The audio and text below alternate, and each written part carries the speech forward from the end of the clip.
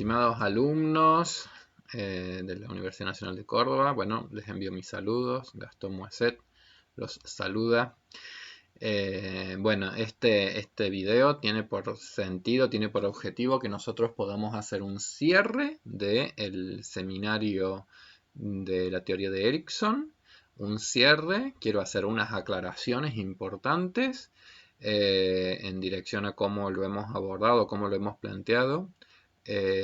Algunas aclaraciones y también algunas observaciones a cómo va a ser la cuestión de la evaluación de este seminario, ¿sí?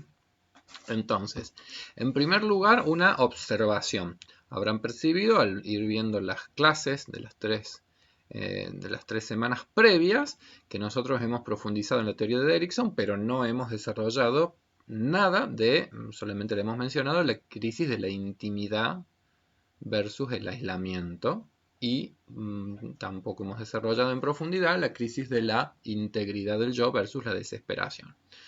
¿Cuál es el motivo? Bueno, básicamente porque la crisis de la intimidad ha sido desarrollada en profundidad en todo el seminario anterior. Entonces, para no ser redundantes, para no, como quien dice, sobrecargar, como quien dice, repetitivamente algunas temáticas, en este seminario no la hemos desarrollado. Y con las cuestiones de la integridad versus la desesperación, en parte también ha sido bastante desarrollada en los teóricos, y cuando en la segunda parte del año trabajemos el concepto de sabiduría, también volveremos a profundizar en algunas de esas dimensiones. Entonces, notarán que acá nos centramos más en la crisis adulta de la generatividad, por supuesto que ligándola, como habrán leído en los textos y en las investigaciones de la cátedra, que esa posibilidad de emergencia de aspectos tan saludables, tan positivos en el desarrollo humano, en la vida adulta, plena, con capacidades para desarrollarse y guiar el desarrollo de otras generaciones, está muy ligada a un atravesamiento y a una constitución de fortalezas psíquicas a lo largo de todo el desarrollo, ¿sí? Entonces, hecha esa aclaración, para que no queden dudas, digamos, en ese punto, sí me interesa ampliar un poquitito uno de los conceptos a los cuales no llegamos a desarrollar en ninguna de las clases previas y que también está ligado a la generatividad, que ustedes lo tienen en el texto que resume las ideas centrales de la generatividad, y que es un cuadrito que acá está sobre las ideas de una autora canadiense que se llama Cheryl Bradley, ¿sí? Que ella lo que hace es plantear una tipología generativa. Cheryl Bradley era discípula de otro psicólogo bastante conocido, estudioso del campo de la psicología de la adolescencia, que se llama James Marcia, un autor que retrabajó también ideas ericksonianas y que de una manera similar a lo que Bradley va a hacer con la vida adulta, lo que propone es que, así como Erikson planteaba una polaridad entre dos términos, identidad o confusión, ese autor al construir una tipología percibió que esa polaridad podía ampliarse a situaciones de mayor complejidad o a situaciones o a estatus identitarios de distinta naturaleza. No solamente el logro o la difusión, sino también él construyó esta idea de también hay adolescentes que están en moratoria, es decir, adolescentes que si bien están realizando procesos críticos, aún no han realizado los compromisos con el mundo adulto, que sería como la resolución de la cuestión crítica, o adolescentes que, por el contrario, hacen compromisos con metas o con ideales adultos sin haber atravesado una crisis, y él hablaba ahí justamente de las identidades hipotecadas o de las identidades forcluidas. Bueno, esas ideas de Marcia aplicadas al campo de la adolescencia yo creo que fueron las inspiradoras para que Bradley haga una propuesta conceptual que es muy interesante, que es un poco ampliar justamente esa visión como dicotómica de la vida adulta, como una vida en donde lo que se produce es algo del orden de la generatividad o estancamiento, que por ahí nos hace pensar en términos muy como polares, muy blanco-negros, y en algún punto ya lo que hace es justamente plantearnos una idea de que hay una amplia gama de grises entre estas resoluciones polares. Y para construir esa tipología es que ella justamente va a identificar como dos criterios organizadores para poder ubicar a cada persona dentro de un tipo. Una tipología es un intento como de construir una serie de categorías exhaustivas, en la cual uno podría decir todos los seres humanos adultos, según cómo han resuelto las cuestiones críticas que propone Erikson, podríamos ser ubicados dentro de alguno de estos tipos. Y no en más de uno, sino que justamente la idea de una tipología es como la de lograr crear una categorización en la cual cada uno de los sujetos pudiese encontrar un tipo, un esquema en donde poder ser ubicado, en donde poder ser clasificado, ¿sí? Y ella, bueno, en sus investigaciones no solamente conceptualiza distintos tipos, digamos, generativos, sino que, bueno, elabora un modelo de entrevista, un modelo de evaluación de las respuestas que las personas dan a esas entrevistas para poder determinar en qué medida las personas están involucradas en determinadas tareas de desarrollo del sí mismo y de los otros, y en qué medida estas personas también tienen una visión más o menos inclusivas en términos del desarrollo consigo mismo y con los demás, y a partir de esos dos criterios, involucramiento e inclusión, es que va a ser esta tipología, ¿sí? A ver, este modelo conceptual es importante porque justamente la película que hemos elegido van a ver que en algunos aspectos del análisis que van a tener que hacer de dicha película van a requerir de esta perspectiva teórica para poder pensar a los personajes y ubicarlos en distintos tipos, ¿sí? Voy a arrancar, bueno, entonces yo les decía, voy a arrancar por definir lo que eran las polaridades, es decir, Erikson lo planteaba en términos de generatividad versus estancamiento. Entonces yo digo, acá esta autora lo que hace es justamente ampliar y como construir unas tipologías intermedias. ¿Qué caracterizaría al estilo generativo? Esta autora dice, el estilo generativo se caracteriza, el tipo generativo se caracteriza justamente porque hay altos grados de involucramiento en el desarrollo del sí mismo, del self, por eso dice alto involucramiento con el self, pero también hay un alto grado de involucramiento con el desarrollo de las otras personas, ¿sí? ¿Qué sería el involucramiento? Cuando uno está involucrado, básicamente es cuando uno pone muchas de sus energías y muchas de sus metas en dirección al logro de aspectos que están ligados a la generatividad. El cuidado del sí mismo y el cuidado de los otros, la expansión, el crecimiento, el brindar, el ofrecer. Es decir, hay como esas dimensiones comportamentales que habíamos visto con McAdam o esos sistemas de creencias que implicarían que son personas que están fuertemente involucradas justamente con aspectos del desarrollo personal o aspectos del desarrollo de otras personas, ¿sí? Cuando ustedes vean la película, van a poder identificar personas altamente generativas, es decir, personas involucradas en tareas como la crianza de los hijos o la educación de generaciones más jóvenes o tareas en distintos desempeños laborales muy significativos.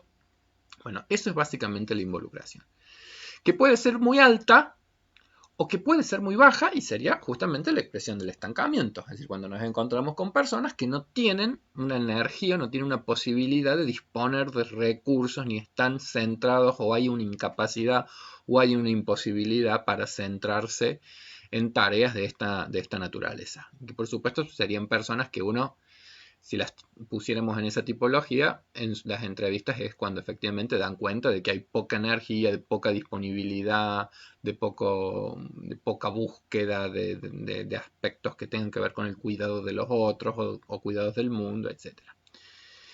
Pero junto con el involucramiento, después aparece una dimensión de mayor complejidad, que es la dimensión de la inclusión.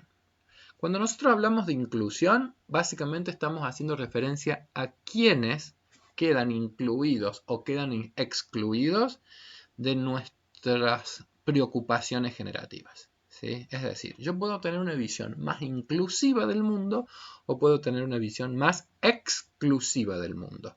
Yo puedo ser muy cuidadoso, pero puedo restringir mi cuidado y mi preocupación por el desarrollo por la familia, o por los que son parecidos a mí, o por los que son solamente, digamos, de mis mismas razas o de mis mismas creencias o de las mismas ideologías, y quizás empezar a tener un mayor grado de rechazo o de, o de discriminación o de lejanía con quienes tienen posiciones distintas, diversas, y ya no quedan incluidos dentro del marco de mi preocupación generativa, ¿sí?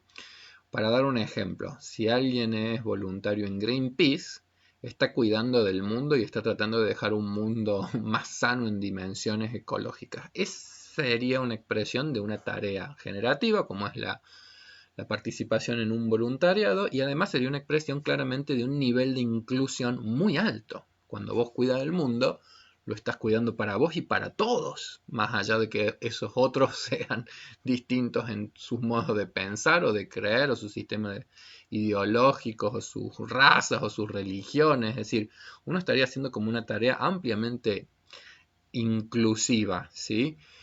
Si nos vamos al polo contrario, es decir, bajos niveles de inclusión, implica que uno solamente está como centrado en los que son muy parecidos a uno, e incluso hasta con expresiones de rechazo y exclusión hacia los que tienen ideologías o diferencias muy marcadas con el sí mismo, ¿sí? Me voy a casos como extremos, pero digo, el nazismo es una expresión claramente, como muchos fascismos, como muchos fundamentalismos, y donde aparece ismo es un sufijo que significa exceso de.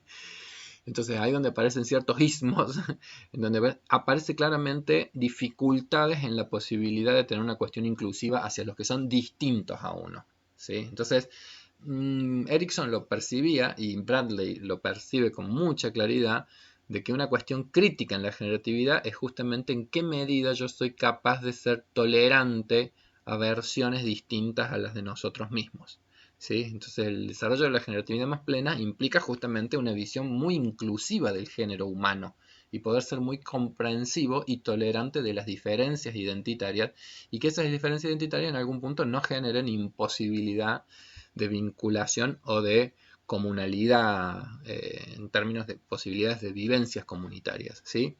Pero también es cierto, digamos, decir que es muy evidente que muchas personas tal grado inclusivo no necesariamente esté presente, sino que esos niveles sean bajos, que esos niveles de inclusión sean bajos. Yo decía el nazismo para dar un ejemplo de modalidades en donde uno no podría decir qué sé yo, que las personas no estaban preocupadas por el desarrollo. Lo que pasa es que estaban preocupados por el desarrollo de, los, de raza aria, de la gente como uno. Podríamos ir a la Susanita de Mafalda, y ahí podríamos percibir cómo hay personajes como Mafalda que tienen una visión inclusiva del mundo y una preocupación inclusiva por ejemplo, la sociedad, y la Susanita que en realidad tiene una visión muchísimo menos inclusiva del mundo, de los otros, de las relaciones sociales. Entonces tiene una mirada que acá esta autora diría, no es una mirada generativa, sino que es una mirada mucho más convencional. ¿Por qué? Porque los grados de inclusión con respecto a los otros son más bien moderados o incluso bajos.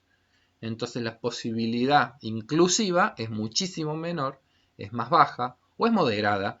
Esta categoría es como muy amplia, y ya van a ver que justamente la idea de la convencionalidad es atrapar, es la categoría que atraparía a la gran mayoría de los seres humanos. Es decir, el común de los desarrollos humanos se acerca más a una cuestión como convencional. Y sí, somos de tender a ser, de involucrarnos en el desarrollo bastante o moderadamente en el desarrollo personal y de los otros cercanos a nosotros, pero justamente nuestras tendencias son más bien moderadas o bajas a la hora de tener esas visiones más inclusivas o más exclusivas del mundo.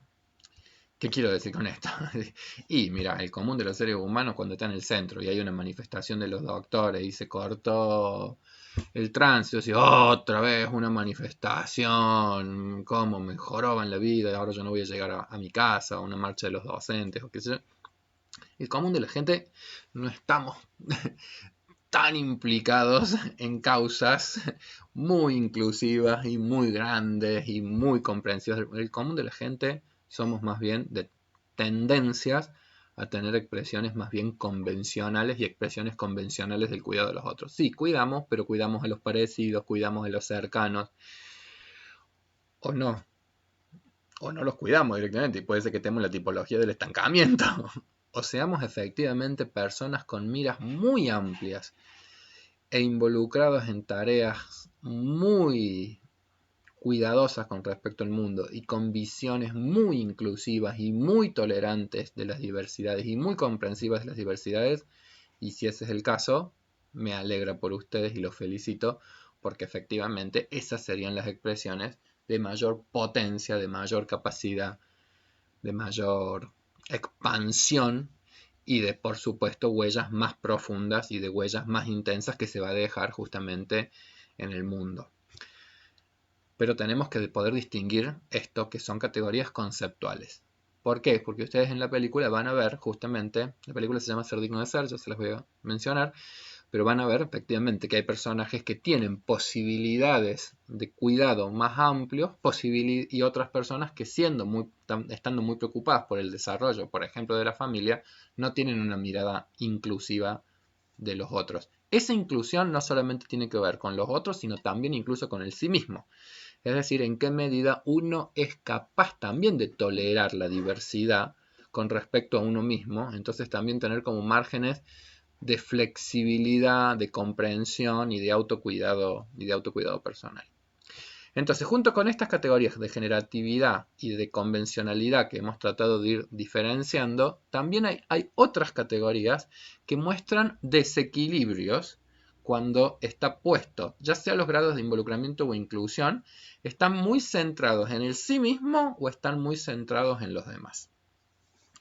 Y este desequilibrio que plantea Bradley es interesante porque dice, las tipologías comunales se caracterizarían por personas en donde la necesidad de ser necesitados por los otros es tan intensa que hay un desequilibrio en términos de cuidar, priorizar, atender a las necesidades de los otros y de otros muy amplios y de otros muy diversos, con un marcado desequilibrio en la posibilidad del cuidado y el desarrollo del sí mismo. Es decir, la intensidad de cuidar de sí mismo es tan intensa, la necesidad de ser necesitado por otros es tan intensa que en algún punto va a haber algo que es del descuido del propio self. Para mí es como lo más sencillo buscar ejemplos de las propias historias. Toda mi línea materna. Además, esto es como una tipología que la cultura en general ha direccionado más hacia el género femenino, es decir, la idea del sacrificio del sí mismo en aras de la familia o el cuidado de los otros, es decir, son como roles muchas veces muy guionados para el género femenino, no se reduce a él, claramente esto no se reduce a los géneros, pero digo, las culturas en general tienden a guionar y a proponer determinados estilos de desarrollo a las personas y a los géneros de maneras diferenciales, y esto es algo muy guionado para las mujeres, la idea del sacrificio de muchos aspectos del sí mismo en pro de los otros. Entonces, bueno, yo recuerdo, digo, en toda mi línea materna, una tía abuela que era siempre como referenciada como el paradigma de la generosidad, porque ella era tan amable, tan buena, tan entregada, tan sacrificial hacia los demás, tan servicial en sus modos, que si alguien se le encontraba por la calle y le decía el abrigo que tenés, ella inmediatamente se lo iba a sacar y se lo iba a regalar al otro. Bueno, y digo, esa aparecía como modelo en las historias familiares y es un poco también el modelo de mi abuela y era el modelo de mi propia madre y por supuesto que esto también se transmite intergeneracionalmente y de repente yo también en algún momento de mi desarrollo me percataba que era el que se sacrificaba por los demás, el que hacía las cosas por los otros. Bueno, ¿qué hay por detrás de estos modelos o de estos desequilibrios? Bueno, probablemente necesidades muy intensas de sentirse necesitado por los otros, necesidades de aprobación, necesidades de búsqueda de reconocimiento, a partir de modos de enlazarse sacrificiales para con los demás. Bueno, ¿cuál es el riesgo, digamos, de este estilo? Porque uno podría decir es como un estilo éticamente muy admirable. Personas que en general son muy cálidas, muy cuidadosas, muy generosas, muy entregadas. Bueno, la complejidad de este estilo tiene mucho que ver con que nosotros tenemos que pensar que la meta generativa tiene que ver con el guiar y acompañar a otros hacia sus propios procesos de desarrollo. Y cuando los estilos o cuando las necesidades son muy intensas en términos de necesidad de sentirte necesitado por los otros, estos estilos pueden estar justamente obturando la posibilidad del desarrollo autónomo del otro. ¿Sí? O sea, piensen ustedes en madres que han sacrificado sus desarrollos personales o sus metas o sus búsquedas más propias en pro, por ejemplo, de los hijos. ¿Sí? Han entregado todo por sus hijos. Bueno, puede ser que esa misma como sacrificio después se constituya en algo que obture la posibilidad de la libertad, porque cuando vos tenés una intensa necesidad de sentirte necesitado por los otros, vos necesitas gente necesitada. Vos no necesitas gente autónoma, vos necesitas gente que te esté necesitando.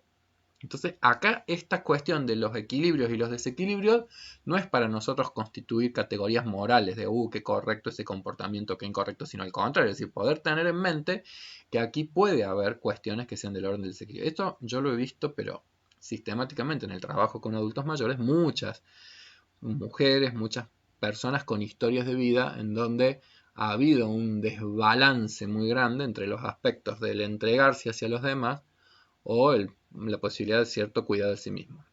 Si nos vamos a personajes históricos, bueno, Erickson hasta tiene un texto escrito sobre lo que es Gandhi, y bueno, Gandhi es un personaje en donde hay un grado de inclusión por los demás absoluto, ¿sí? Entonces él hace una entrega de sí mismo en pro de alcanzar ciertos ideales comunitarios, como ni más ni menos que la independización del pueblo indio respecto del imperio británico, y al mismo tiempo con niveles sacrificiales del sí mismo enormes. Los ayunos interminables que hacía, los autocastigos, es decir, todos aspectos que tenían que ver con el entregar todas sus metas más personales o de cuidado o desarrollo personal, que no es que no estuviesen presentes, porque Gandhi evidentemente, además de ese desbalance, es también muy alto su nivel de involucramiento con algunas metas que eran sus propias metas, es decir, pero en algunos puntos se ve también esa tendencia a la comunalidad, ¿sí? Una tendencia a desequilibrarse por momentos también aspectos en donde se puede sacrificar el sí mismo en algunas dimensiones, siempre atendiendo a los demás. Y por otro lado, este desbalance o este desequilibrio se puede dar en el otro sentido, es decir, que predomine el involucramiento y la inclusión con el sí mismo y los demás empiecen a transformarse como en personas más bien periféricas o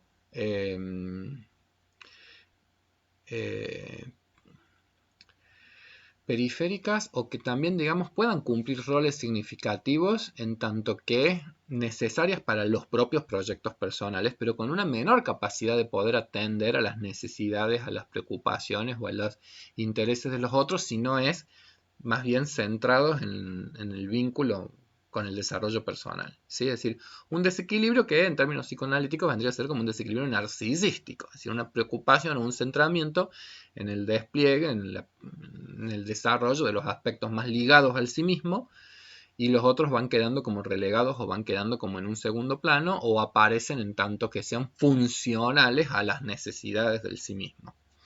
Es otro desbalance en donde nuevamente aquí no aparecería la posibilidad de atender o de contemplar justamente las necesidades del otro.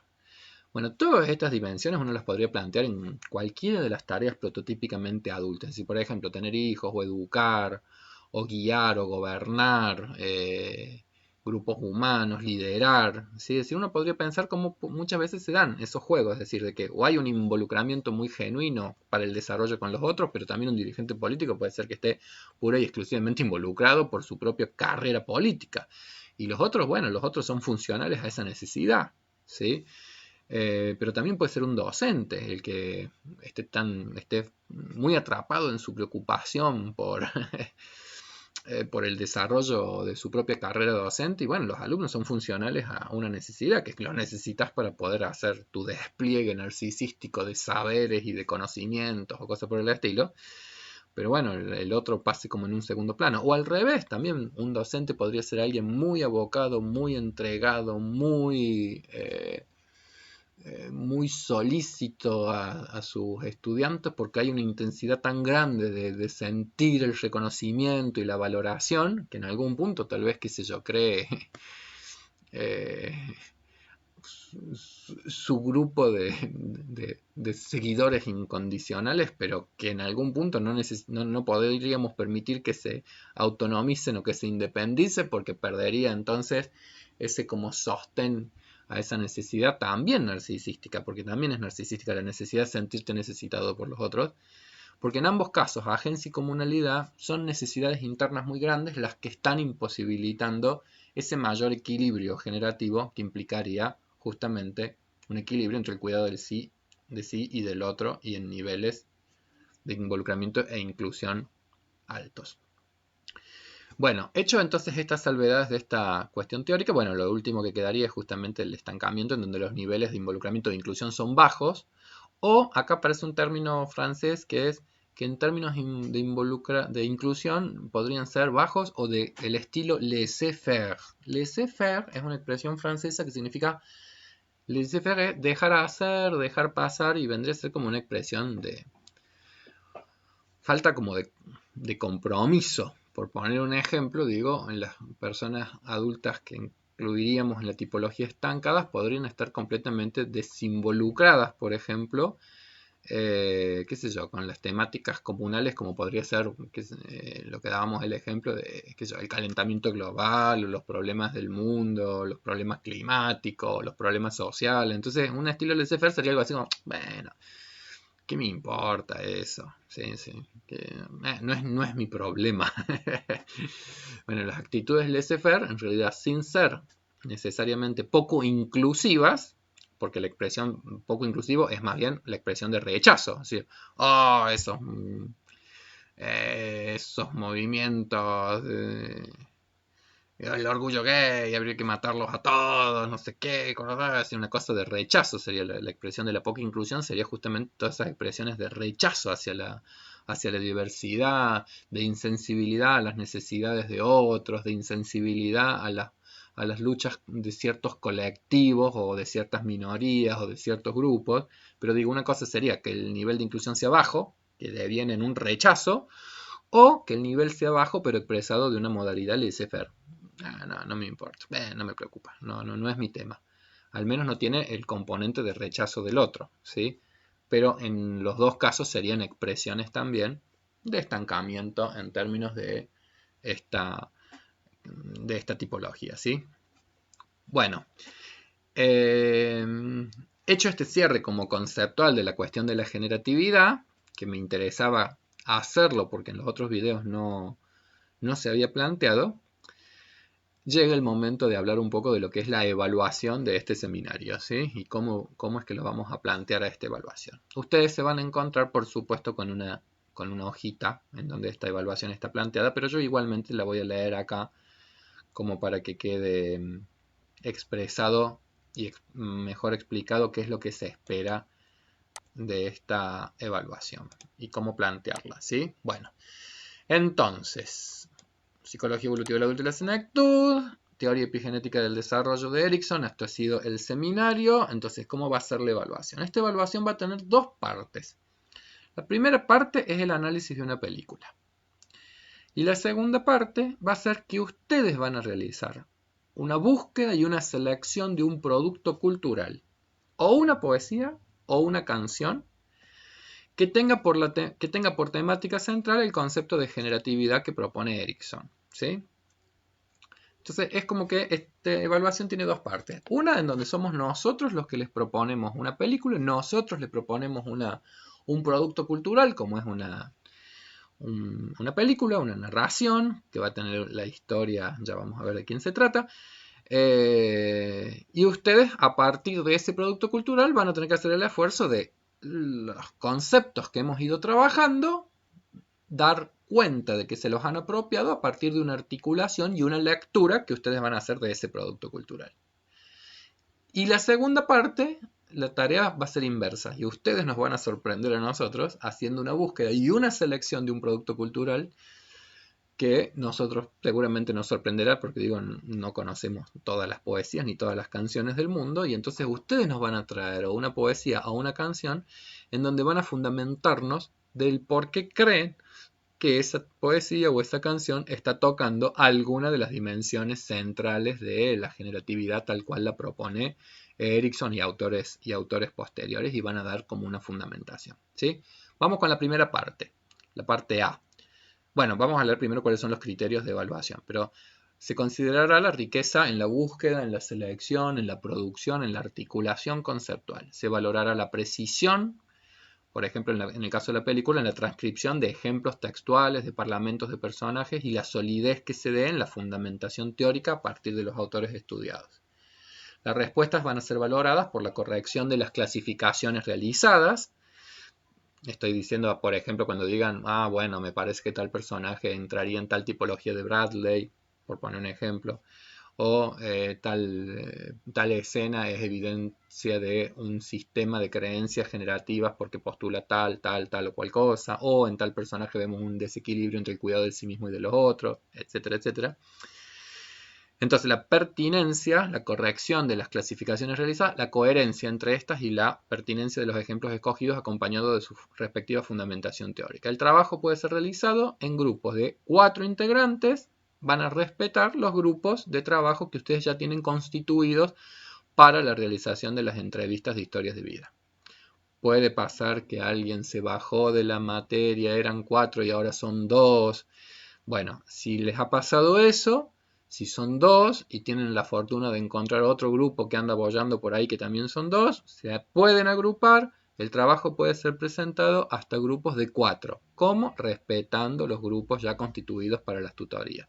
Y en ese caso de grupos que de repente pueden haberse desarticulado o disminuido en su cantidad, saben que pueden armarlos en grupos de 4. Y la tarea más difícil que hay, que es ser sintético. Ser breve. Ser sintético y ser breve es una de las cosas más difíciles porque implica que uno ha hecho realmente un acopio de muchos elementos y puede llegar a una buena síntesis. O sea que ya van a ver que es una dificultad que no puede superar este escrito las 6 páginas. 5 páginas para la parte A, lo de la película, 1 página para la parte B. La parte A, la película. Van a trabajar una película preciosa que se llama Ser digno de ser.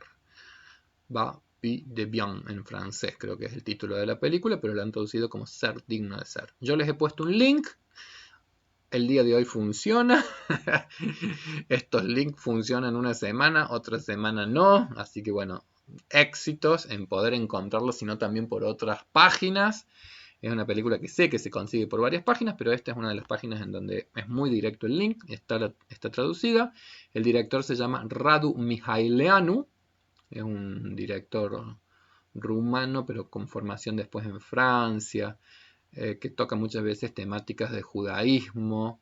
Bueno, muy interesante, ya van a ver que la película es preciosa. En 1984, miles de africanos provenientes de los países más pobres y amenazados se encuentran en campamentos de refugiados en Sudán.